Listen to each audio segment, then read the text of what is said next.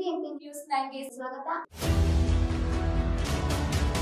ಮೊದಲಿಗೆ ಮುಖ್ಯಾಂಶಗಳು. ದಾಳಿ ಬಗ್ಗೆ ಏನು ಪ್ರೈಮ್ ಮಿನಿಸ್ಟರ್ ಮೀಟಿಂಗ್ ಕರೆದಿದ್ರು, ಆ ಮೀಟಿಂಗ್ನಲ್ಲಿ ನಾವು ಆಲ್ ಪಾರ್ಟಿ ಲೀಡರ್ಸು ಹೋಗಿದ್ದೇವೆ, ಪಾರ್ಟಿಸಿಪೇಟ್ ಮಾಡಿದ್ದೇವೆ.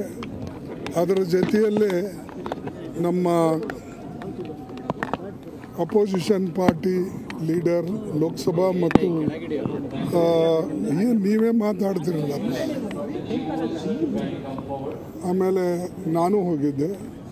ನಾವು ಅವ್ರ ಮುಂದೆ ಇಟ್ಟಂಥ ಮೊದಲನೇ ಪ್ರಶ್ನೆ, ಪ್ರೈಮ್ ಮಿನಿಸ್ಟರ್ ಇದನ್ನು ಸರ್ಕಾರ ಮೀಟಿಂಗ್ ಕರೆದ ಮೇಲೆ ಸರ್ಕಾರ ವತಿಯಿಂದ ಪ್ರೈಮ್ ಮಿನಿಸ್ಟರ್ ಹಾಜರಿರಬೇಕಾಗಿತ್ತು. ಅವರು ಹಾಜರಿಲ್ಲ, ಅದಕ್ಕಾಗಿ ಇದು ಸರಿಯಲ್ಲ. ಇಂಥ ಘಟನೆ ನಡೆದಿದೆ. ಸುಮಾರು 26 ಜನ ಇದರಲ್ಲಿ ಮೃತರಾಗಿದ್ದಾರೆ ಆ್ಯಂಡ್ ಬೇರೆ ಎಲ್ಲ ಅನೇಕ ಜನ ಗಾಯಾಳರಾಗಿದ್ದಾರೆ. ಅದಕ್ಕೆ ನಾವು ಈ ಆ್ಯಟಿಟ್ಯೂಡನ್ನು ಪ್ರೈಮ್ ಮಿನಿಸ್ಟರ್ದು ಸರಿ ಇಲ್ಲ.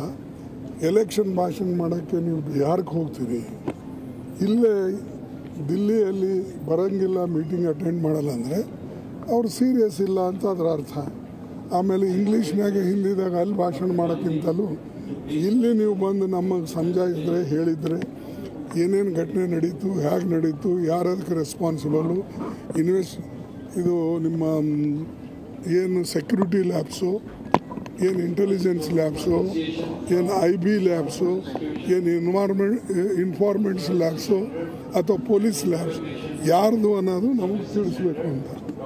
ಅನ್ಫಾರ್ಚುನೇಟ್ಲಿ ಅವ್ರು ಬರಲಿಲ್ಲ. ಅದಕ್ಕೆ ನಾವು ರಾಜನಾಥ್ ಸಿಂಗ್ ಅವರ ನೇತೃತ್ವದಲ್ಲಿ ಮೀಟಿಂಗ್ ನಡೆದಿತ್ತು. ನಮ್ಮ ವಿಚಾರಗಳನ್ನು ಅವ್ರಿಗೆ ತಿಳಿಸಿದ್ದೇವೆ.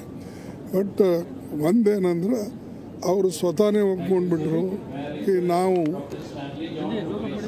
ನಾವು ಒಪ್ಕೊಂಡಿದ್ದೇವೆ, ಸೆಕ್ಯೂರಿಟಿ ಲ್ಯಾಬ್ಸ್ ಆಗಿದೆ ಇದರಿಂದ, ಅದನ್ನು ಅದಕ್ಕಾಗಿ ನಾವು ಮೀಟಿಂಗ್ ಕರೆದು